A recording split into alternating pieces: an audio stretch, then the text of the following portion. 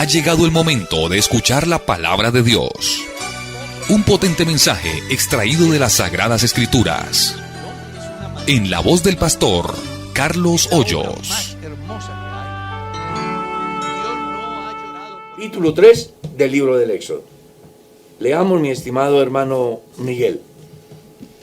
Dice la palabra, dijo Moisés a Dios: He aquí que llego yo a los hijos de Israel y les digo: el Dios de vuestros padres me ha enviado a vosotros. Si ellos me preguntaren cuál es su nombre, ¿qué les responderé? Y respondió Dios a Moisés: Yo soy el que soy. Y dijo: Así dirás a los hijos de Israel: Yo soy, me envió a vosotros.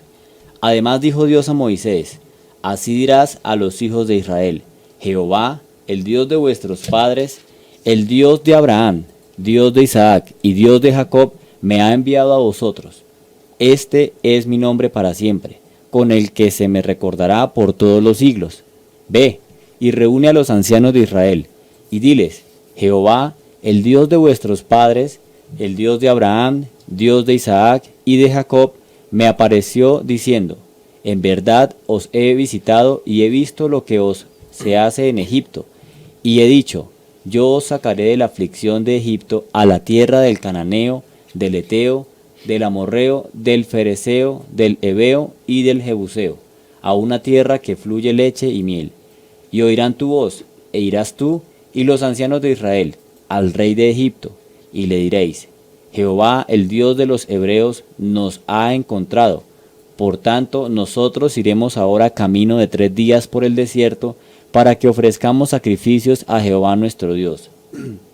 Mas yo sé que el rey de Egipto no os dejará ir, sino por mano fuerte. Pero yo extenderé mi mano y heriré a Egipto con todas mis maravillas que haré en él, y entonces os dejará ir. Y yo daré a este pueblo gracia en los ojos de los egipcios, para que cuando salgáis no vayáis con las manos vacías, sino que pedirá cada mujer a su vecina y a su huéspeda aljabas de plata, aljabas de oro y vestidos, los cuales pondréis sobre vuestros hijos y vuestras hijas, y despojaréis a Egipto. Qué importante pasaje, ¿no? Quiero contextualizarlos, porque lo que Dios hace aquí es en razón a la incertidumbre de Moisés con relación al llamado. Dios ha llamado a Moisés para que cumpla una función muy importante en la liberación del pueblo de Israel de Egipto. Por eso ustedes leen en el verso 11 del capítulo 3, entonces Moisés respondió a Dios: ¿Quién soy yo para que vaya Faraón y saque de Egipto a los hijos de Israel? Y Dios le respondió: Ve, porque yo estaré contigo, y esto te será por señal de que yo te he enviado. Cuando hayas sacado de Egipto al pueblo, serviréis a Dios sobre este monte. Dios viene luchando con Moisés, persuadiéndolo acerca de la voluntad o el propósito que Dios tiene para el pueblo de Israel a través de Moisés. Y Moisés, pues, si ustedes leen, encuentran reacciones muy interesantes. Por ejemplo, yo no sé hablar. Por ejemplo, hay otros más capacitados que yo. Genera una cantidad de dificultades, todo porque él en el campo humano se ve limitado para cumplir semejante misión.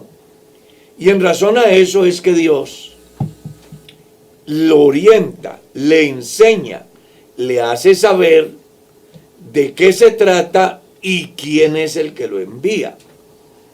Es interesante que se tenga en cuenta que cuando Dios llama a un hombre, Dios no lo llama porque el hombre sea capacitado, sino que Dios lo llama para capacitarlo.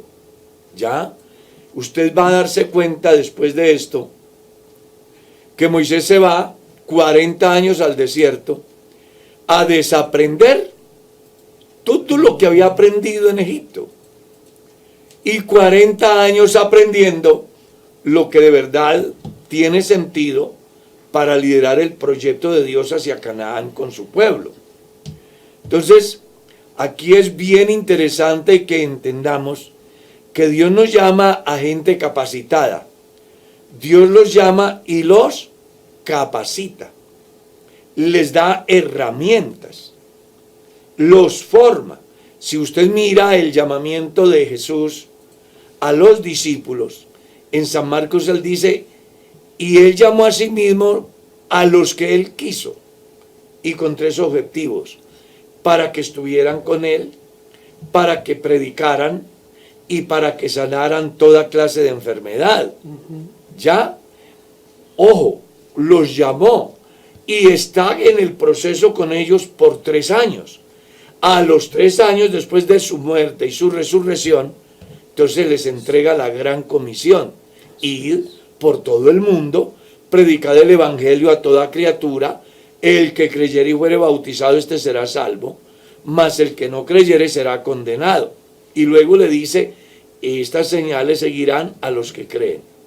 Entonces, si usted mira el proceso, hay un lapso de tiempo de 3 años durante los cuales Jesús les enseña a comportarse, a atender a los que vienen a ellos, a solucionar dificultades de cualquier orden, a motivarlos en los momentos difíciles, como sucedió aquella vez en la barca, haciendo de que cuando Él ya no esté con ellos humanamente, ellos tengan la formación, la convicción, la capacidad suficiente para sacar adelante el proyecto de Dios.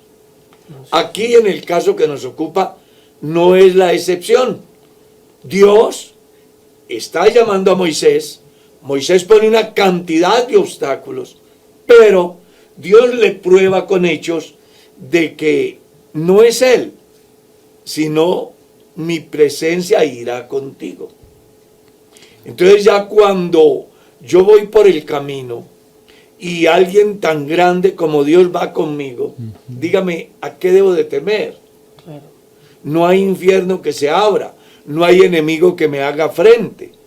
Todo está a mi alcance, porque no soy yo, es Dios conmigo, es Dios en mí.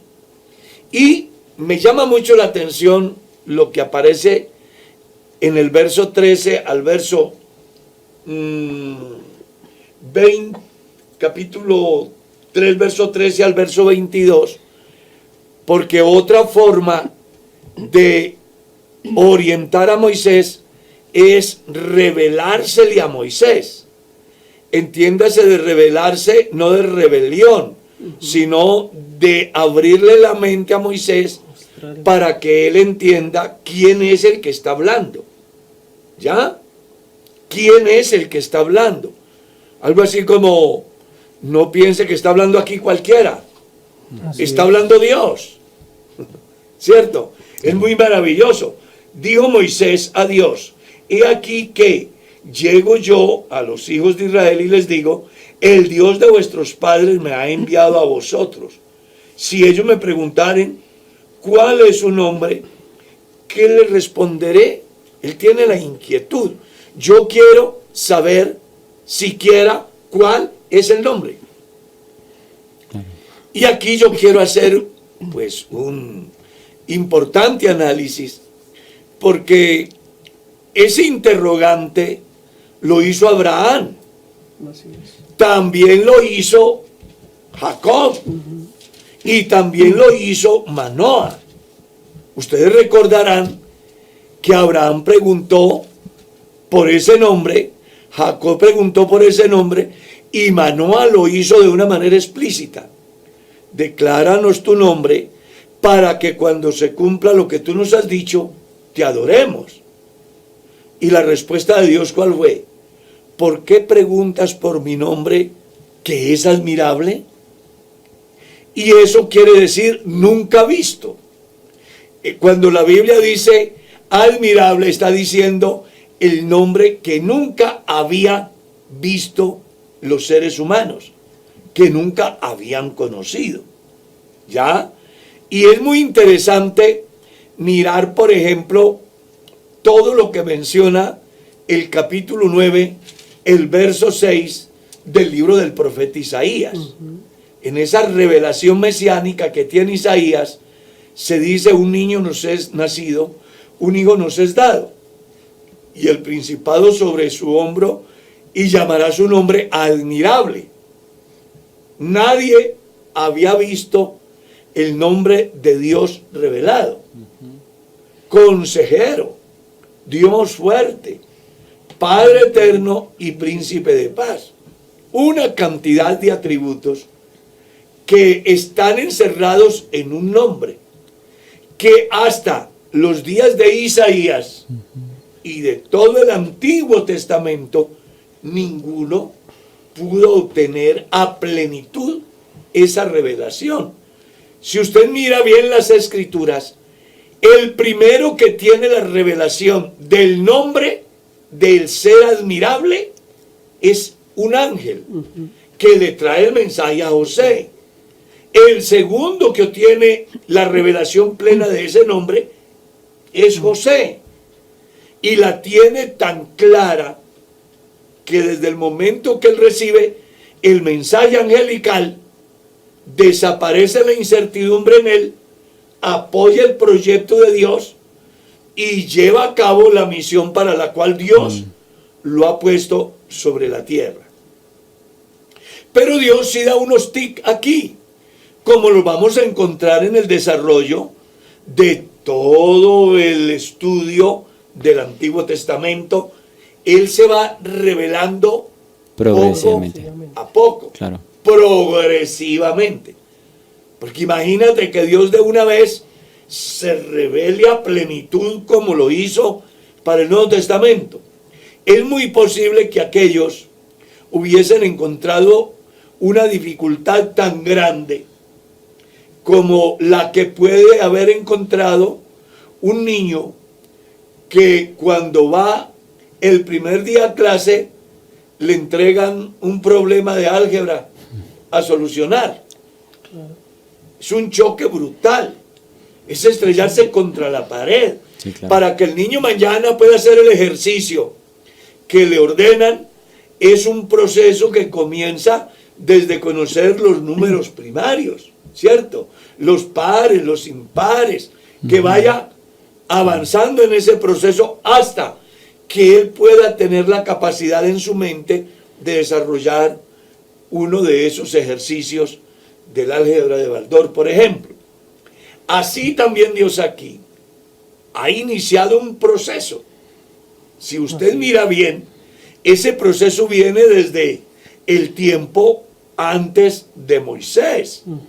Y aquí ya le da un tip más amplio a Moisés. Porque cuando Moisés dice: venga, y entonces, ¿yo qué digo?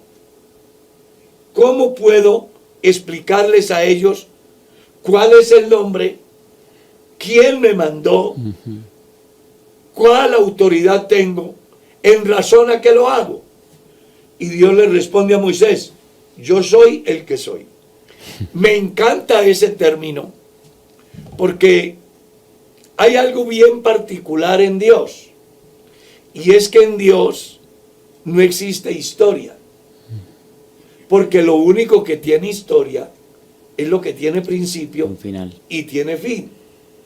Pero como Dios no tiene principio ni tiene fin, entonces Dios no tiene historia. Por eso es muy maravillosa la manera como comienza la Biblia. La Biblia no comienza con prólogos. La Biblia no comienza con prehistoria. La Biblia no comienza con la historia de Dios.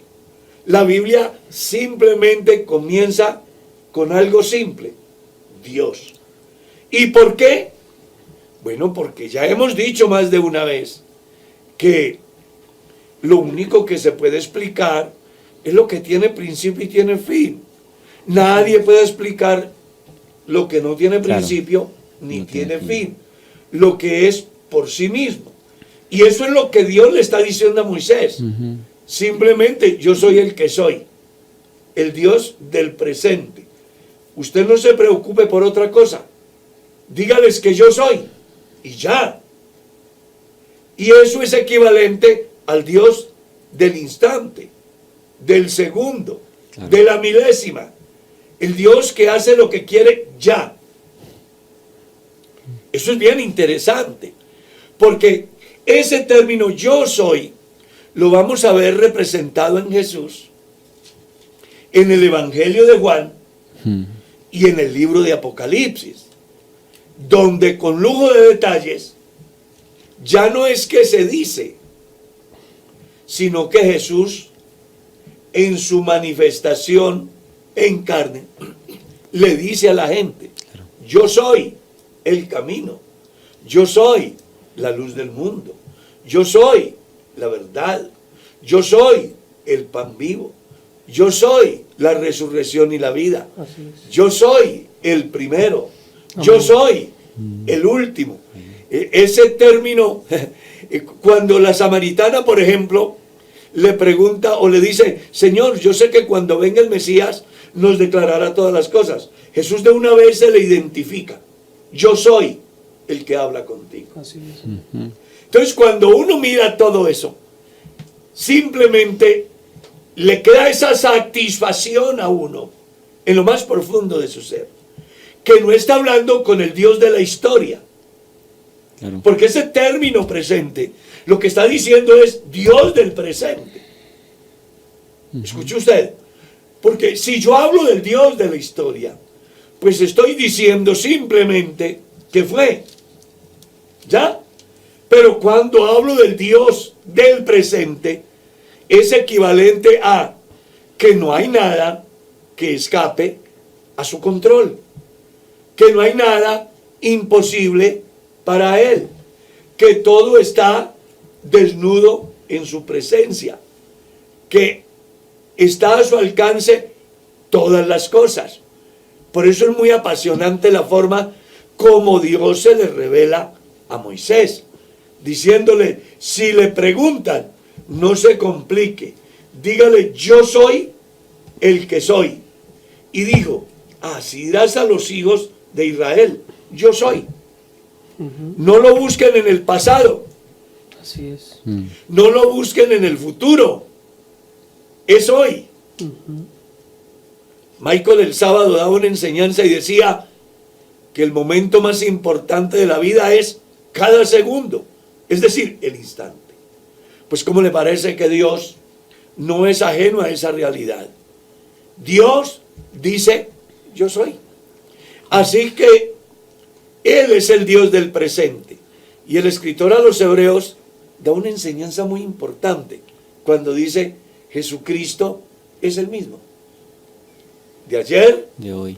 de hoy y por los siglos. Amén. Y Santiago dice que todo don perfecto desciende de lo alto, del Padre de las luces, en el cual no hay mudanza ni sombra de variación.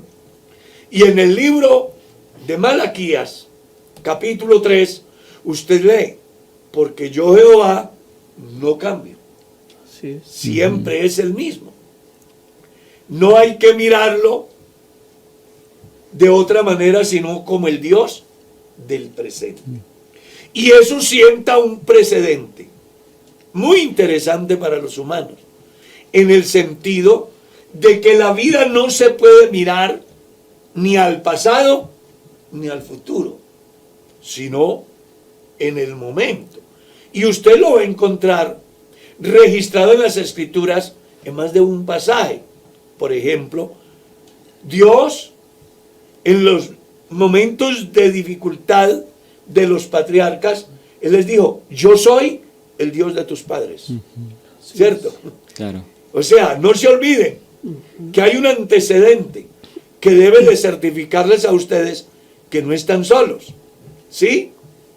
Y hablando acerca de ese presente, de ese Dios del ya, de la hora, del instante, me encanta lo que la Biblia dice. Si hoy oyeres su voz, porque hoy es el día aceptable, porque hoy estarás conmigo en el paraíso, ¿ya? Porque hoy ha llegado la salvación a esta casa. Amén. O sea, con Dios es así. Claro. Y eso es lo que Dios quiere dejarle claro a Moisés. No estás siendo enviado por un Dios de la historia o un Dios que posiblemente aparezca en el futuro. Te está enviando el Dios del presente, el Dios que tiene la cosmovisión del entorno, en el instante, en el ya. Eso es maravilloso. No sé a cuántas personas les parecerá interesante que hoy podamos darnos cuenta que el Dios que nosotros tenemos es el Dios de actualidad. Uno se pone a mirar, por ejemplo, no sé si ustedes la habrán leído, una enciclopedia que se llama Grandes Enigmas. Y en ella usted encuentra todo lo que fue verdad y que luego descubrieron que era mentira. Ese fenómeno no se da en Dios. Así es.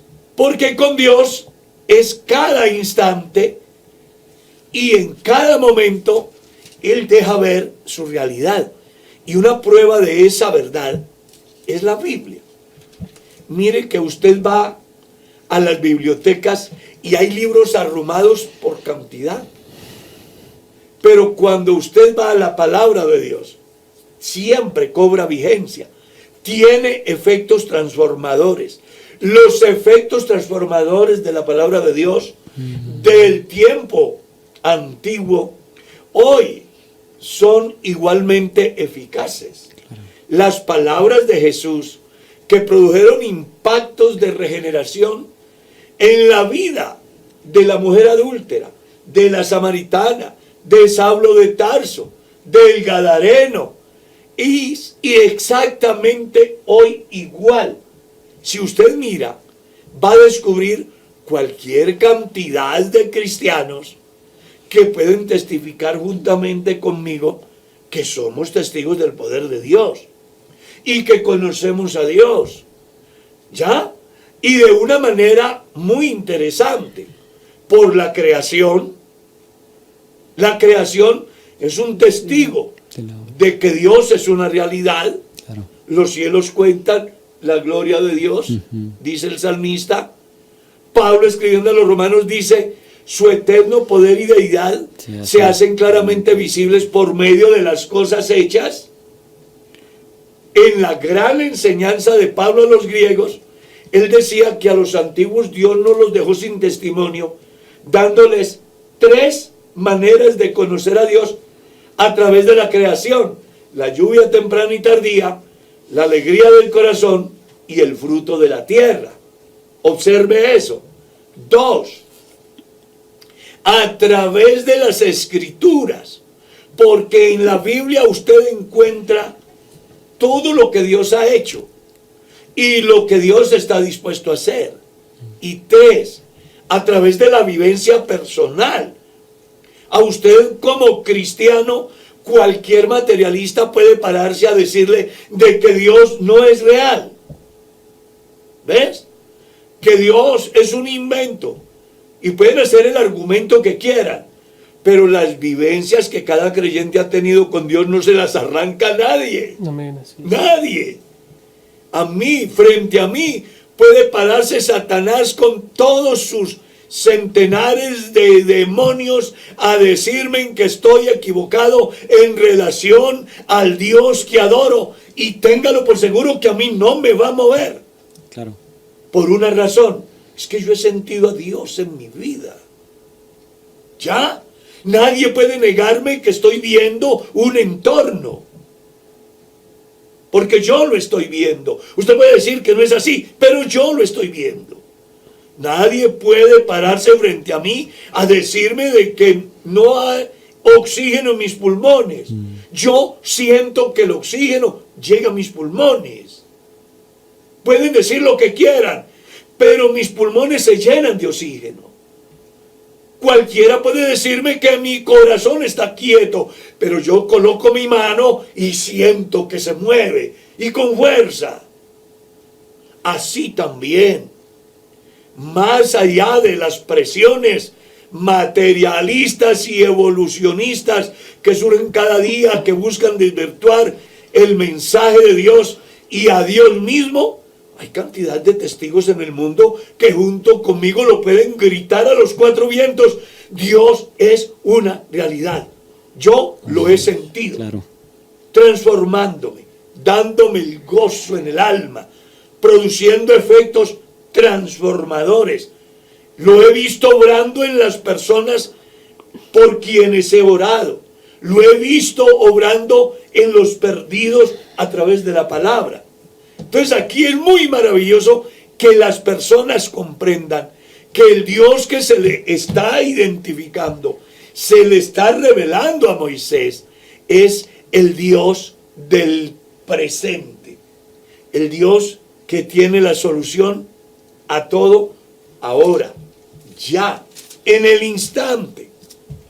Eso es maravilloso. Parece muy interesante, pastor, porque paso a seguir en el versículo 15, dice, además dijo Dios a Moisés, así dirás a los hijos de Israel, Jehová, el Dios de vuestros padres, y da a conocer como ese rayo de su nombre, ¿no? La identificación. Claro, es que se está recordando.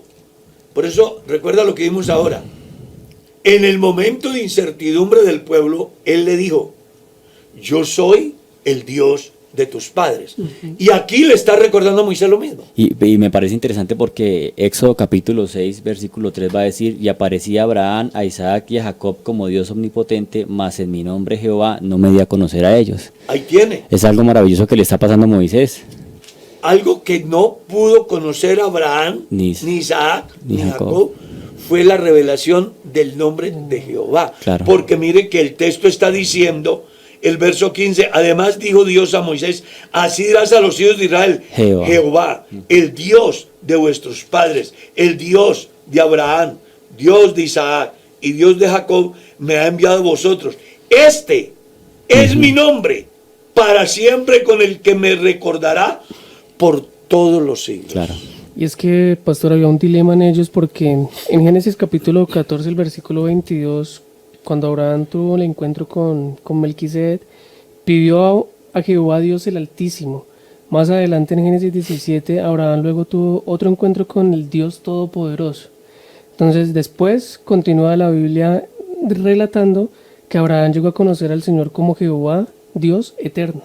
Más adelante como Jehová proveerá. Entonces habían diferentes características. Es que eran según las circunstancias que Exacto. Dios se daba a conocer. De acuerdo a las limitaciones también que ellos tenían históricamente y de acuerdo a cómo creían, también Dios se les revelaba, pero acá, por eso es la duda de Moisés. Bueno, ¿cómo me les voy a presentar yo a ellos? Si ¿Con hay qué un nombre sinnúmero voy a de ir? acontecimientos. Si hay varias cosas donde ellos lo han mencionado de diferente forma, diferentes títulos refiriéndose al mismo, ¿cómo ahorita usted se me va a revelar a mí y con qué nombre yo les voy a llegar a ellos allá? Y Él les está reuniendo todo el pasado. Yo soy en un eterno presente.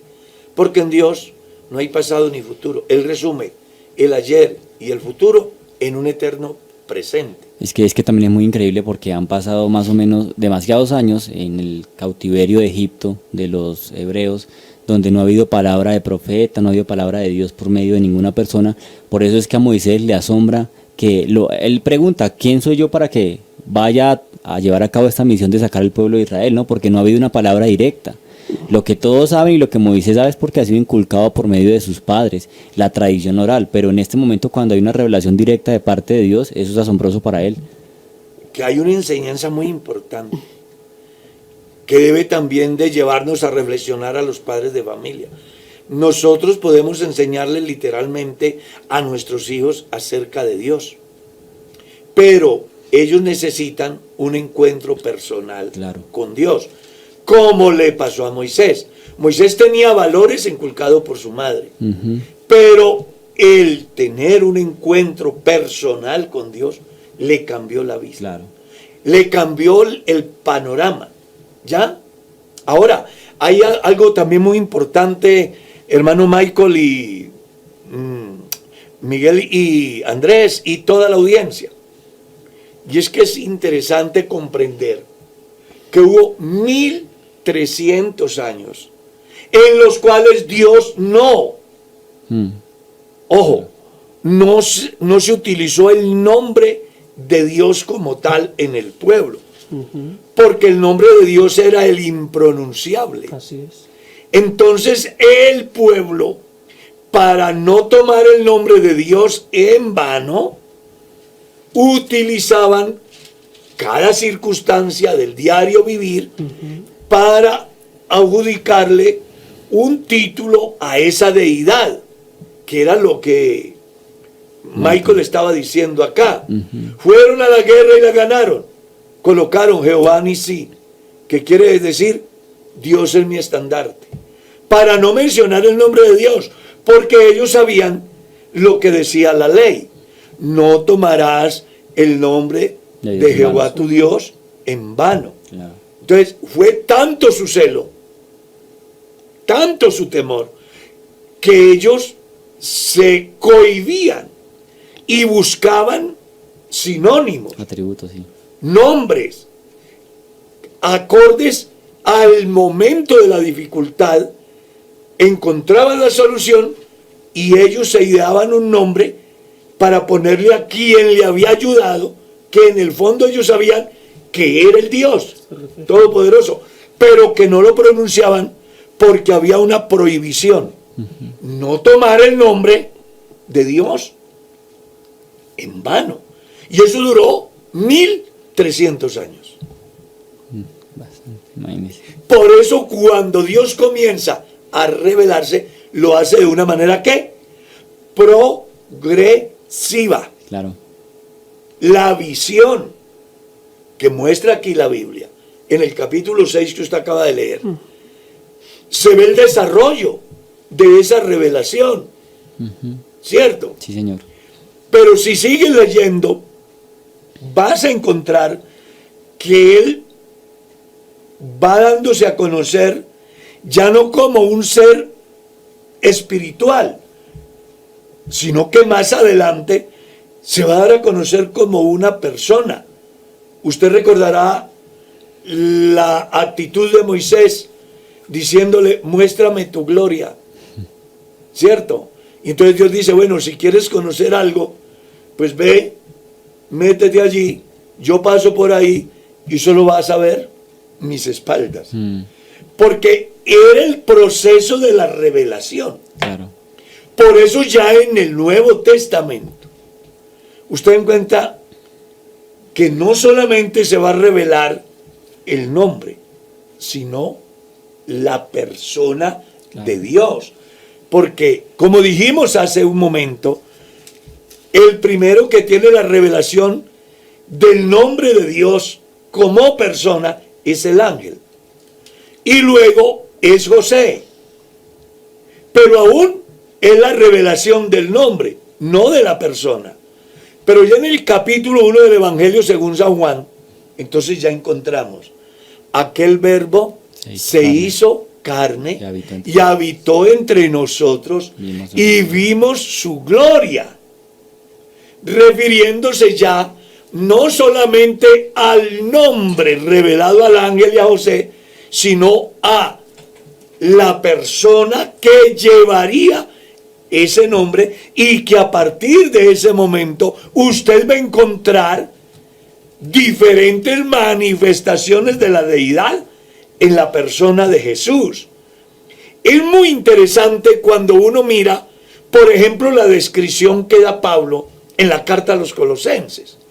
Si ustedes miran el contexto en que se da la carta a los Colosenses, es muy interesante, porque hay una corriente filosófica que está buscando desvirtuar el mensaje divino de la deidad de Dios en Jesús, en la persona de Jesús, a tal estado que dicen: Jesús es la cola, Jesús es el primer hombre después del ángel más pequeño.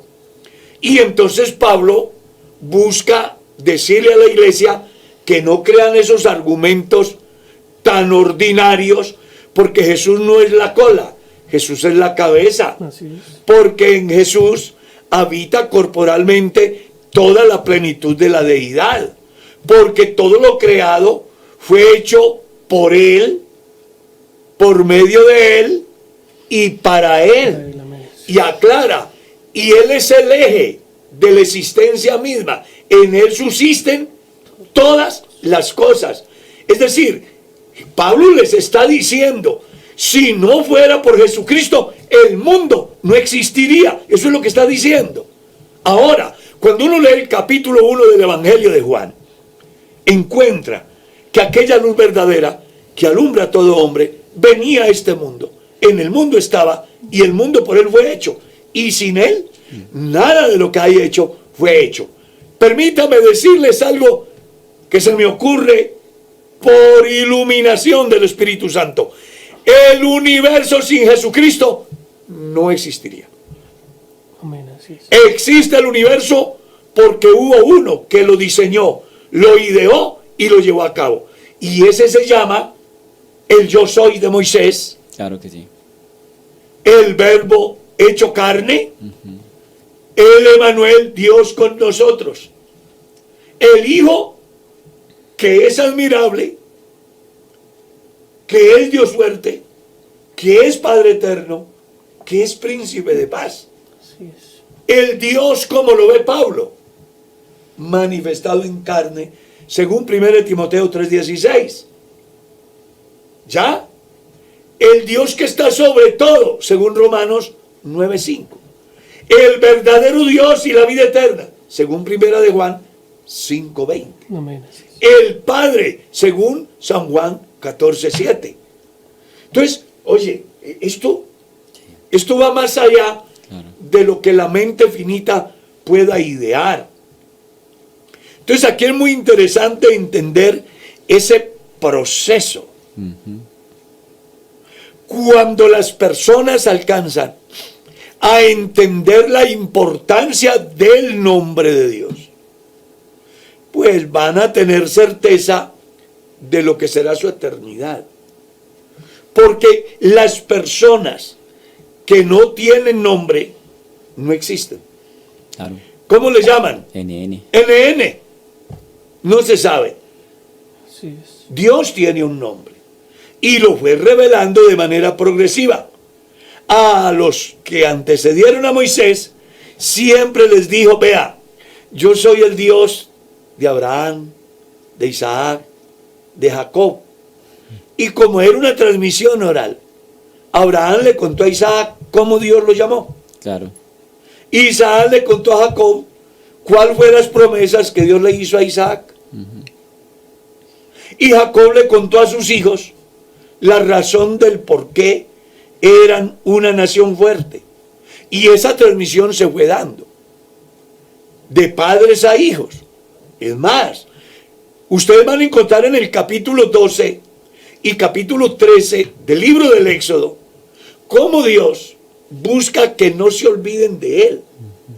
Y por eso establece un orden de fiestas que eran simbólicas y que a través de estas buscaba dejarles un mensaje a los descendientes de los hijos de Israel. Cuando mañana estéis celebrando la Pascua y vuestros hijos os pregunten qué quiere decir esto, cuénteles, dígales, es que fuimos esclavos en Egipto y un día como hoy, Jehová Dios nos sacó de esa esclavitud con mano fuerte y brazo extendido. Y cuando estén haciendo la fiesta de los tabernáculos, entonces sus hijos le pregunten por qué lo hacen, dígales que fuimos peregrinos en el desierto, cuando Dios nos sacó. Dios, a través de la transmisión oral, según las circunstancias, entonces buscaba dejar impreso un mensaje en el pueblo acerca de la clase de Dios que es Él. Así es. ¿Ya? Y con gran insistencia lo vuelve a ratificar en el capítulo 6 del libro del Deuteronomio, Sí, Señor. haciendo alusión acerca de cómo debían de ser educados los hijos. Claro. Estas palabras que yo te mando hoy estarán delante de ti y las repetirás a tus hijos y a los hijos de tus hijos Así es. todos los días de tu vida, en el momento que te levantes, cuando vayas por el camino, cuando regreses a casa, cuando te acuestes. Cuando te levantes. Escríbelos en los postes, en las puertas de tu casa. hazte una cajita y llénala de textos. Y ese texto que debe de leer ahí es: oye Israel, el Señor nuestro Dios, el Señor uno es, y lo has de amar con toda la mente, con toda el alma, con todo el corazón. Y había una razón, porque Él era el que los había sacado de la esclavitud. Pastor, ahora que usted habla acerca de eso, me traigo a la memoria una anécdota de la vida acá de nosotros, de mi esposa y mía, en la importancia de tener presente el nombre del Señor, ¿no? En cualquier circunstancia. Recuerdo que en cierta ocasión nos iban a robar y lo primero que ella se le vino a la mente fue invocar el nombre del Señor Jesús. Y me parece muy importante porque creo que cuando tenemos presente en quién hemos creído, en el camino en el que estamos, lo primero por encima de lo que vayamos a hacer es tener presente el Dios Todopoderoso que nos ha salvado a nosotros, ¿no? Eso es algo muy personal que me identifica con lo que usted dice, ¿no? Porque lo que dice la palabra en Deuteronomio 6 es: repítaselos, esté constantemente diciéndoles, enséñeles quién es el que los ha sacado, quién es el que le provee. No les vaya a olvidar. Claro, porque hoy en día lo que ha pasado es eso, hay una generación que les está olvidando ese nombre tan importante. La clase de Dios. La clase de Dios que tenemos, claro. Mire que el capítulo 4 del libro de Deuteronomio aparece un texto que dice: cuídate de no olvidarte de Jehová, de todo lo que Él hizo, de todas las señales y maravillas que Él hizo. Y aparte de eso, esa enseñanza debe de decírsela a tus hijos y a los hijos de tus hijos. Es decir, contarles la historia de vida a los hijos y a los nietos, para que ellos aprendan a conocer a Dios a través de la transmisión oral, que es lo que ya vamos a ver en el libro de los Salmos, cuando el salmista dice: oh Dios, nuestros padres nos han contado de cómo tú los sacaste, de qué maravillas hiciste. Y es interesante eso, porque en los momentos más difíciles que se le puedan presentar a los hijos, ellos pueden acordarse de lo que les contaron sus padres, de cómo Dios les ayuda a superar la dificultad. Hoy nosotros lo hacemos con nuestros hijos y debemos de insistir en ellos, porque son personas que enfrentarán dificultades. Pero qué bueno que en ese momento de la dificultad ellos digan: yo recuerdo que mi padre me contaba que vivió una situación similar y él acudió a Dios y Dios lo ayudó. Pues yo voy a acudir al Dios de mi padre, Claro. ¿cierto? Sí, al sí. Dios de mi madre. Claro. Y hay un ejemplo en la carta a Timoteo. Pablo elogia de alguna manera esa capacidad que tuvo Loida y Eunice en la instrucción de su hijo a través de la palabra. Así es. Entonces, aquí cuando hablamos de la revelación del nombre, es muy importante que tengamos en cuenta que siempre fue progresiva. Y mire, de una vez le da una orden: ve y reúne a los ancianos de Israel y diles: Jehová, el Dios de vuestros padres, el Dios de Abraham, de Isaac y de Jacob, me apareció diciendo: en verdad os he visitado y he visto lo que se os hace en Egipto.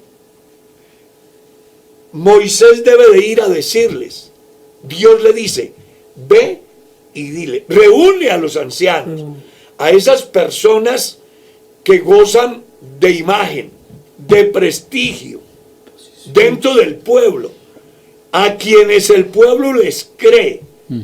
Tienes que convencerlos a ellos, y de la forma que lo vas a convencer es diciéndole: Jehová me apareció y me dijo que Él es el Dios de nuestros padres, el Dios de Abraham, el Dios de Isaac, el Dios de Jacob, fue el que me apareció a mí. Pastor, me llama la atención porque lo más cercano que ellos tienen a relación con Dios son hechos que han pasado hace más de 400 años. Claro. Y acá parece que en ese tiempo Israel todavía no ha tenido otra experiencia con Dios que les marque la vida. Es por eso que Él les recuerda quién es el que los había llamado, qué era lo que Dios les había prometido, y les hace acordar automáticamente de todo eso que tal vez habían escuchado desde niños.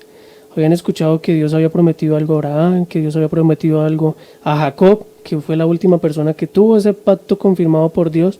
Y acá la forma en que Dios se les presenta 2 veces a Moisés es acerca de eso: recordarles el Dios de sus padres inicialmente que les hable y acá 400 años. Claro. Que el pueblo vivió sin palabra. Porque entraron en esclavitud. ¿Cómo sería que lograron borrar la imagen de Dios del pueblo? Claro, por eso es que lo primordial son los ancianos, las personas que todavía tienen Que memoria. todavía escucharon. Las nuevas generaciones ya no se acordaban de Dios. No, ayer mirábamos en la escuela dominical, o en el culto de la tarde, cómo las personas no saben las canciones antiguas. Dominical. dominical. Porque a las personas se les va olvidando. Claro. Claro. Las nuevas generaciones se van ajustando a las circunstancias del momento. Y eso fue lo que pasó con el pueblo. Claro. Se fueron ajustando a la esclavitud de tal manera que Dios no hacía parte de su vida. Entonces tiene que venir Dios a través de un movimiento lleno de poder, de señales, maravillas y milagros para producir un avivamiento en Israel que haga que se desprendan de Egipto, que tengan la necesidad de liberarse de esa esclavitud y vean con positivismo lo que está delante, como es la tierra prometida, que era la que Dios le había prometido. ¿A quién? A Abraham, a Isaac y a Jacob. Y es que ese fenómeno se ha dado a lo largo de la historia.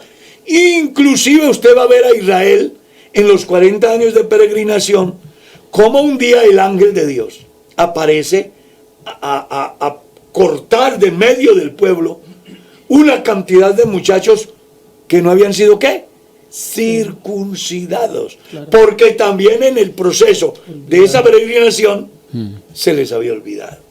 Y usted va a encontrar cómo Josías restaura la Pascua después de 20 años, que el pueblo no habían consultado con la ley de Jehová.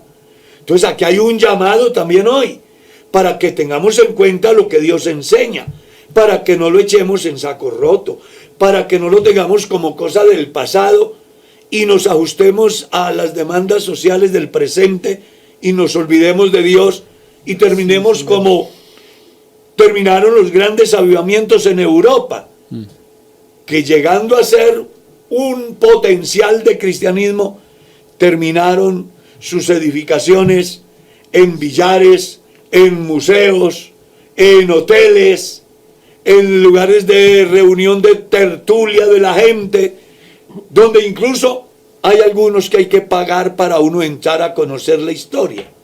Yo estuve en Europa y entré a uno de esos importantes escenarios donde los cristianos se reunieron y sin duda alguna sintieron a Dios.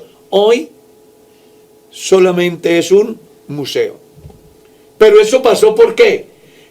Porque lograron la presión de la sociedad, el desarrollo llamado progreso, arrancaron de la mente de aquellos lo más grande que un mortal puede tener, que es Dios. Amén. Y su palabra de la vida de ellos. Y eso es lo que está pasando hoy. Amén. Ese fenómeno se dio en Israel cuando llegan a la esclavitud, y ese fenómeno se da en Israel cuando un día terminan adorando a Baal, y ese fenómeno se da en el pueblo cuando un día Josías, a través de sus siervos, encuentran el libro de la ley llena de polvo, toman, le limpian y vienen, la leen, y el pueblo vuelve a acordarse del Dios de sus padres, ofician la Pascua y vuelve otro avivamiento. Sí. ¿Ya? Pues hoy necesitamos los que no leemos la Biblia, porque hay muchos creyentes que no leemos la Biblia, de verdad. Hay gente que leemos la Biblia solo cuando vamos al culto, y últimamente acostumbramos a ir a culto cada mes o cada 2 meses.